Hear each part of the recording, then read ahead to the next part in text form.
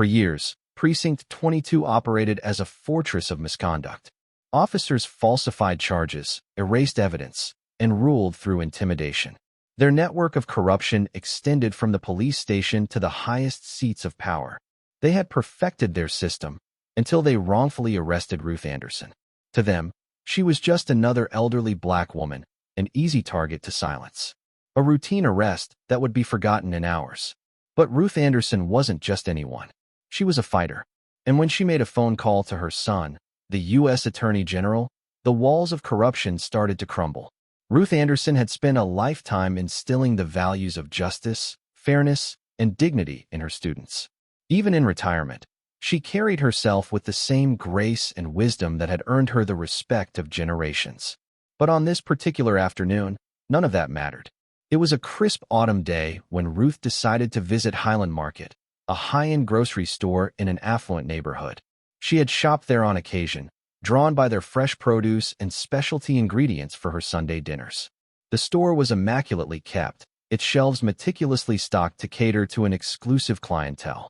Despite her years in the community, Ruth felt the usual undercurrents of unease that came with being a black woman in a predominantly white space. She walked with a quiet confidence, her pearl necklace resting against the neckline of her deep blue sweater. In her hands, she carried a small woven bag, her fingers running over the list she had written that morning. She moved deliberately, examining the selection of organic produce, taking her time to pick the ripest fruits. As she reached for a bag of apples, she noticed two uniformed officers standing near the entrance. Officer Greg Miller, a stocky man with closely cropped blonde hair, nudged his younger partner, Officer Jason Carter. They exchanged glances before setting their sights on Ruth. "She doesn't belong here," Miller muttered under his breath. Carter, eager to prove himself, squared his shoulders. "Want to check it out?" Miller smirked. "Let's see what she's up to." The officers made their way toward Ruth, their polished boots clacking against the pristine tile floor. The weight of their presence was unmistakable, and Ruth felt the tension even before they spoke. "Ma'am," Miller said, his voice laced with a forced politeness that barely masked his condescension. "We've had some complaints about suspicious activity in the store." Ruth turned to face them, her expression composed. "I'm simply shopping, officers. I've lived in this city for over 50 years. Carter scoffed. "And you often shop at this store?" Ruth met his gaze unwaveringly. "I shop where I please." Before she could say another word, the store manager, Peter Collins, approached. His nervous energy betrayed his allegiances before he even spoke.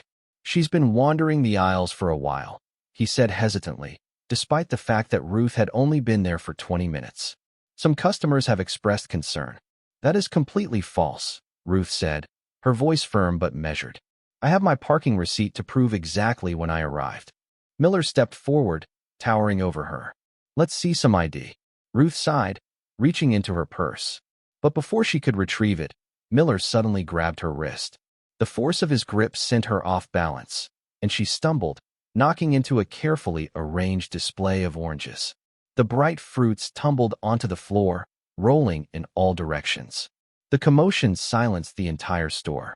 "Stop resisting," Miller barked. "I'm not," Ruth started, but her words were drowned out as Carter seized her other arm, yanking her upright and twisting her hands behind her back. The cold steel of handcuffs clamped around her wrists. Near the checkout, a young black man named David Collins had been watching in horror. His phone trembled in his hands, but he held it steady, recording every moment of the shocking injustice. His heart pounded as he captured the grotesque display of power. Miller noticed him almost instantly. He released Ruth and stormed toward David, his face a mask of fury. "Delete that video now." David clenched his jaw, standing his ground. "I know my rights." Miller snatched the phone from his grip and twisted his arm painfully. "Delete it, or you'll be joining her downtown." David hesitated. He wanted to fight back, but the sharp pain in his wrist made him falter. Defeated, he pressed the delete button. The evidence was gone. At least, that's what the officers thought. Ruth, now restrained, watched the exchange through narrowed eyes. She had seen this play out too many times before. The abuse of power, the expectation of silent compliance, the indifference of bystanders who would rather look away than get involved. As the officers led her through the store, past rows of indifferent customers who suddenly found their grocery lists very interesting. Ruth held her head high. The injustice of it all burned, but she refused to be diminished. Outside, the autumn breeze was crisp and cool, but the weight of the moment pressed heavily on her shoulders. The squad car loomed ahead. Its back door swung open like the maw of a beast. "Your cameras aren't running," Ruth observed. Miller smirked. "Technical difficulties." She took a steadying breath and climbed into the car. As the door slammed shut behind her, she silently began to catalog every detail of what had just transpired. She had spent her life teaching young minds how to think critically, how to stand up for justice.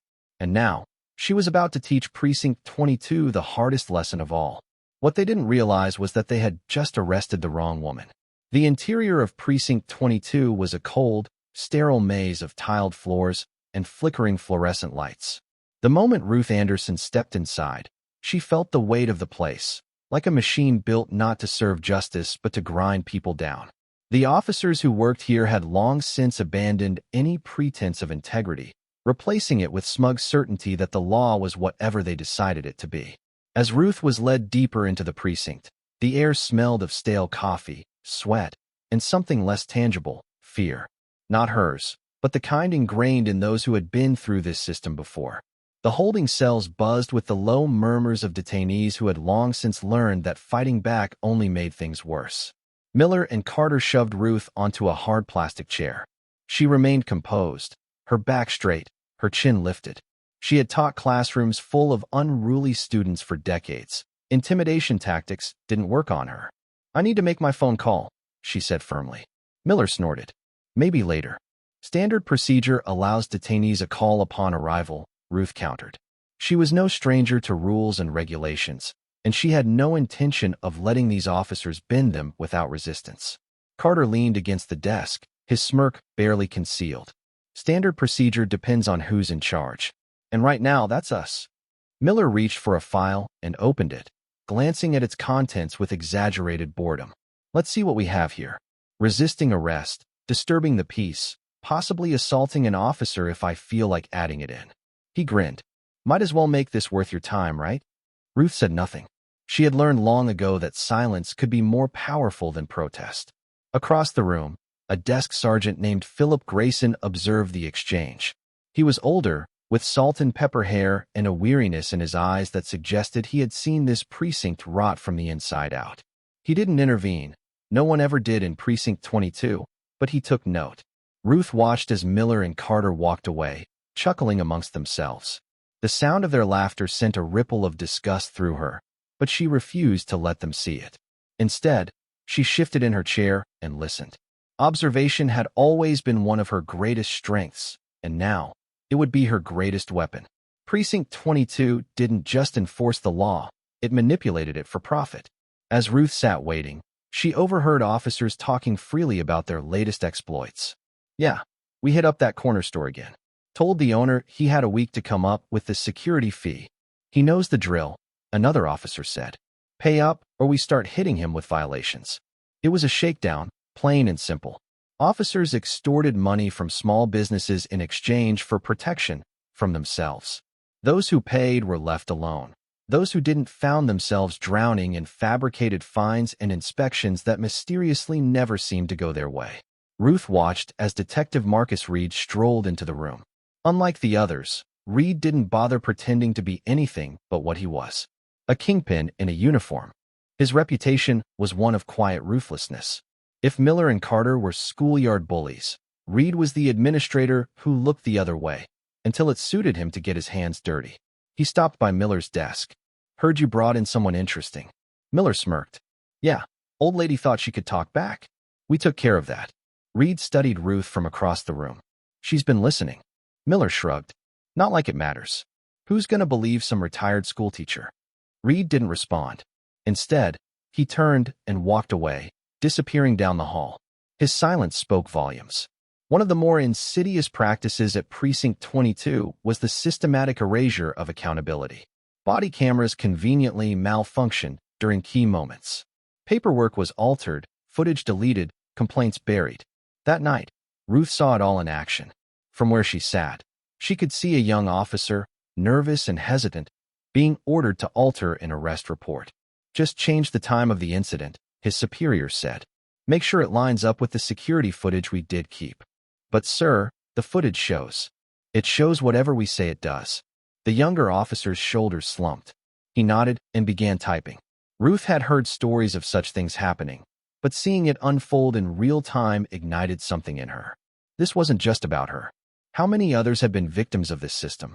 How many had their lives ruined by falsified reports and missing evidence? Not everyone in Precinct 22 was corrupt. There were a few, like Desk Sergeant Grayson, who had spent too many years witnessing injustice without acting. That night, something changed. As Ruth sat in her cell, she saw Grayson approach Miller's desk and glance through her file. He hesitated before looking around the room, ensuring no one was watching. Then, he scribbled something onto a note and slipped it into his pocket. A few minutes later, he walked past Ruth's cell, dropping the note through the bars.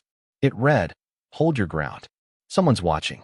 Ruth closed her fingers around the note and nodded slightly in Grayson's direction.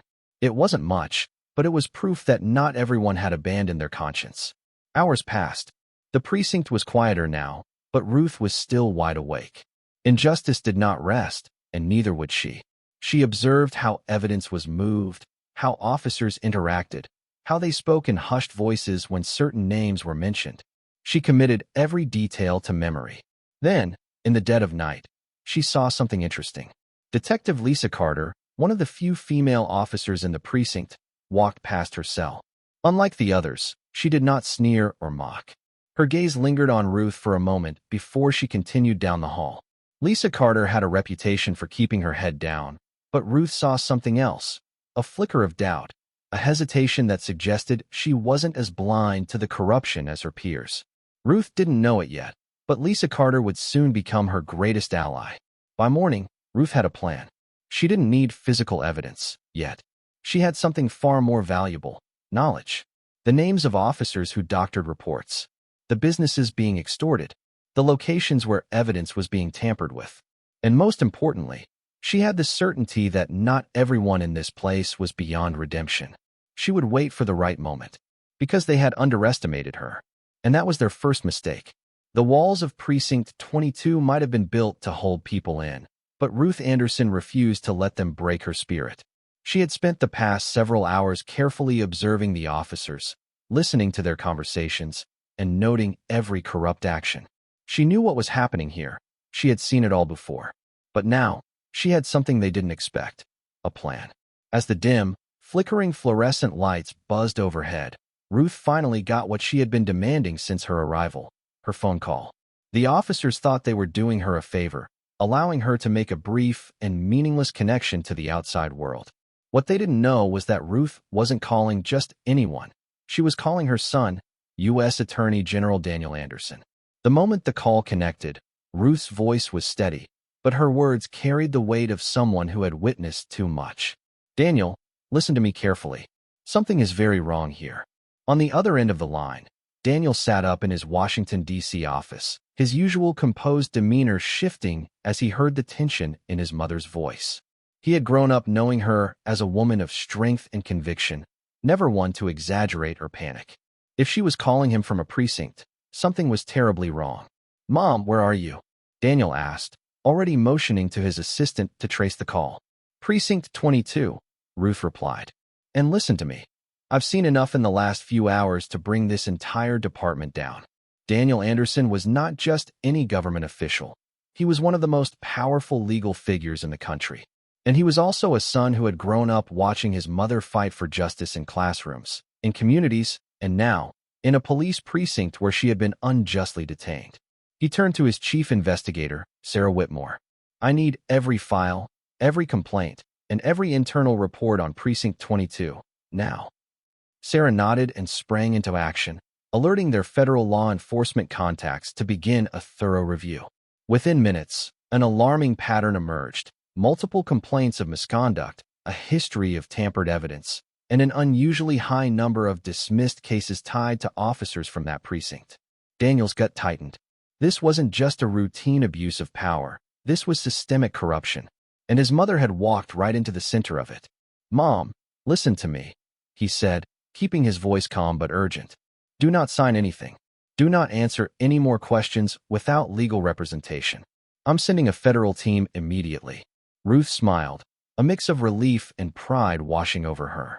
I was already planning on that, she said. But, son, they think they're untouchable. They're deleting records, planting evidence, and covering their tracks. This runs deep. Daniel took a slow breath. He knew how dangerous a situation like this could be. If officers were willing to frame his mother, they were capable of much worse. He had to move quickly. Back in the precinct, Ruth noticed an immediate shift in the officer's demeanor. A nervous energy rippled through the station as phones rang more frequently, hushed conversations intensified, and officers glanced anxiously at one another. The reality of their situation was setting in. Something was coming. Detective Lisa Carter, the lone officer who had hesitated earlier, approached Ruth's cell. "Mrs. Anderson," she whispered, her voice barely audible over the background noise. "Something's happening." Ruth nodded. "It's about time." Lisa hesitated before slipping a folded note through the bars. "I've been collecting evidence for months. I never knew who to trust. If your son is who I think he is, he'll know what to do with this." Ruth took the note and met Lisa's gaze. "You're not like them." Lisa swallowed hard. "No, ma'am. But until today, I was too afraid to do something about it." Just an hour after Ruth's call, the atmosphere in the precinct changed dramatically. A convoy of black SUVs arrived outside. Federal agents in dark suits stepped out, their presence immediate and undeniable. Officers inside the precinct stiffened, some moving towards the back exits, as if contemplating an escape. Miller and Carter, the officers responsible for Ruth's arrest, exchanged panicked glances. "What the hell is going on?" Carter whispered. Miller's face had gone pale. "We might have just made the worst mistake of our careers." The front door swung open as the lead federal agent entered. "This precinct is now under federal investigation," he announced, his voice sharp and commanding. "All officers are to remain in place until further notice.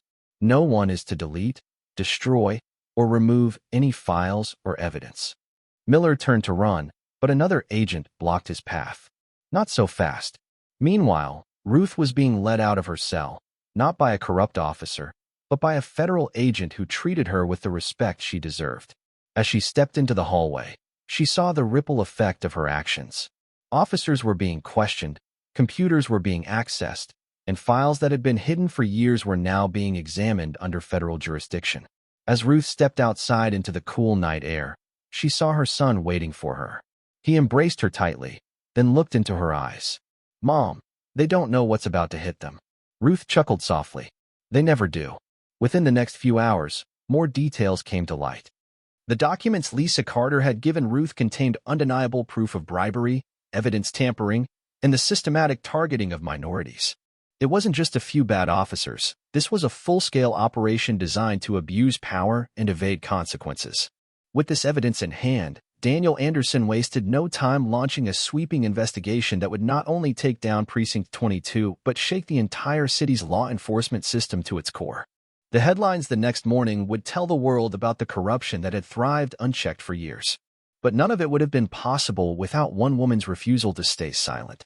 Ruth Anderson, a retired teacher and a mother who had spent her life fighting for what was right, had once again taught an unforgettable lesson.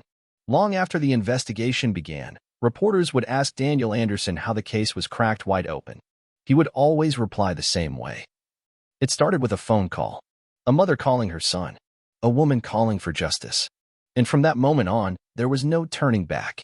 Like and subscribe for more powerful stories of truth, resilience, and justice. Together, we can shine a light where darkness has reigned for too long. The storm that Ruth Anderson had set in motion was now impossible to stop. What had begun as a wrongful arrest was rapidly unraveling into a full-scale federal investigation. Precinct 22, once a fortress of unchecked power, had become the epicenter of a reckoning that would shake the entire city. Inside the precinct, tension thickened with every passing moment. Federal agents moved methodically through the building, securing files, confiscating hard drives, and placing officers under immediate suspension. The once smug expressions of corrupt officers had been replaced with unease as they realized their decades of misconduct were finally catching up to them. Officer Greg Miller, the ringleader of Ruth's arrest, watched helplessly as his empire of intimidation crumbled. He had spent years perfecting his tactics, altering reports, planting evidence, erasing body cam footage, but now, every dirty trick was being uncovered by a team of investigators who weren't interested in cover-ups. He turned to his partner, Jason Carter, who was staring at the scene in shock. "This isn't happening," Carter muttered. "They don't have anything." "They have everything," Miller snapped. "We need to." He stopped himself, realizing there was no escape. Their computers were being accessed, their files combed through, and their phones confiscated. Every safety net they had relied on was gone. Across the precinct, Detective Marcus Reed, one of the most powerful figures in their corrupt network, was being led out in handcuffs. "You can't do this," he barked at the federal agents. "I know people. I own people." A stoic agent adjusted his grip on Reed's arm. "Not anymore." The air was thick with quiet conversations as officers who had once walked with arrogance now whispered among themselves. Some tried to act as if nothing was happening, but the writing was on the wall. They had finally lost control. Outside the precinct, news cameras flashed as reporters covered the dramatic fall of Precinct 22. Word had spread fast. Within hours, people gathered outside, watching in disbelief as one corrupt officer after another was escorted into waiting cars. Among the crowd stood David Collins, the young man who had filmed Ruth's arrest before being forced to delete the footage. But Lisa Carter, the officer who had secretly recorded evidence, had retrieved it. Now, it was being broadcast on every major news network. David clenched his fists as he watched the footage play on a giant screen above the crowd. There it was, the blatant abuse, the fabricated charges, the unnecessary force. The world was seeing what people like him had lived with for years. A journalist shoved a microphone toward him. "David, what does it feel like watching this unfold?" David exhaled. "It feels like justice." For too long, the system had been built to protect officers like Miller, Reed, and Carter. But today, the system was finally turning against them. In the city's government offices, panic had set in. Mayor Philip Rogers sat in his private office, listening to his advisors scramble for solutions. "We need to distance ourselves immediately," one of them insisted. "If the feds keep digging, they're going to find the campaign donations from the police union." Rogers slammed his fist on the desk. "I told those idiots at the precinct to keep their business quiet. Now look at this mess."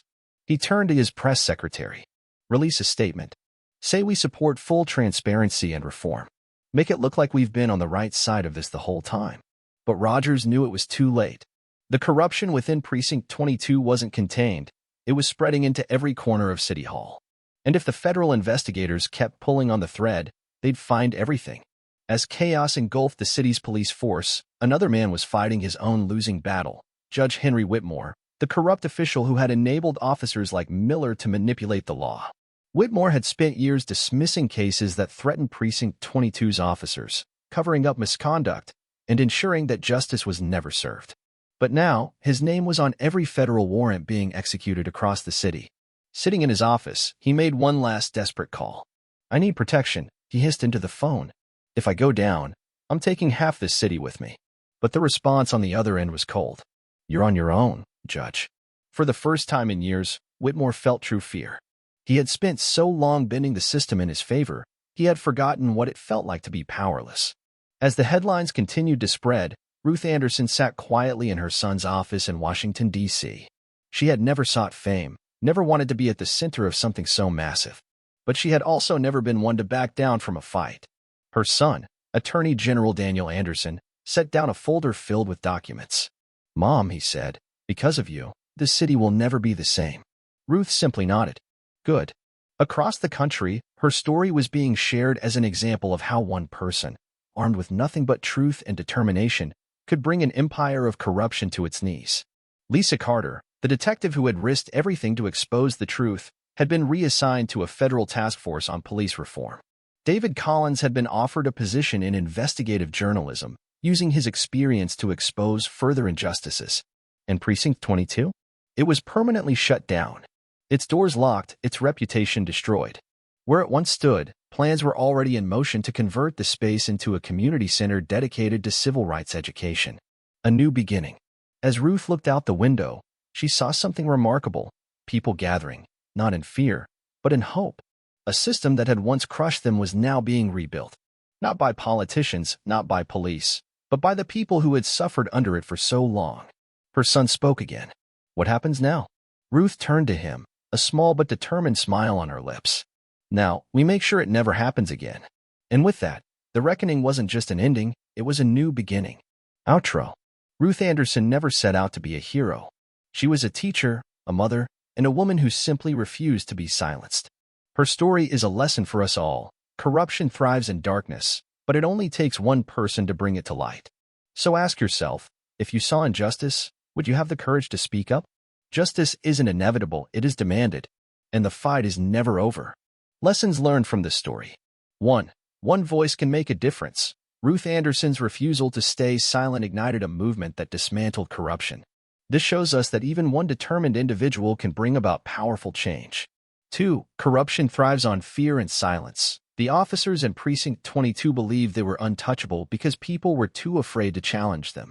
Once that fear was shattered, their entire system collapsed. 3.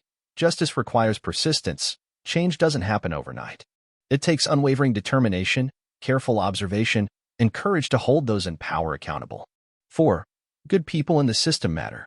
Not everyone in Precinct 22 was corrupt. Detective Lisa Carter and Sergeant Grayson showed that individuals within a broken system can be part of the solution if they choose to act. 5. The fight against injustice never ends. Even when a victory is won, the battle for a fairer society must continue. True justice requires constant vigilance and collective effort. The meaningful message behind this story. At its core, this story is about the power of truth and courage. It reminds us that no system of oppression can stand forever when people are willing to challenge it.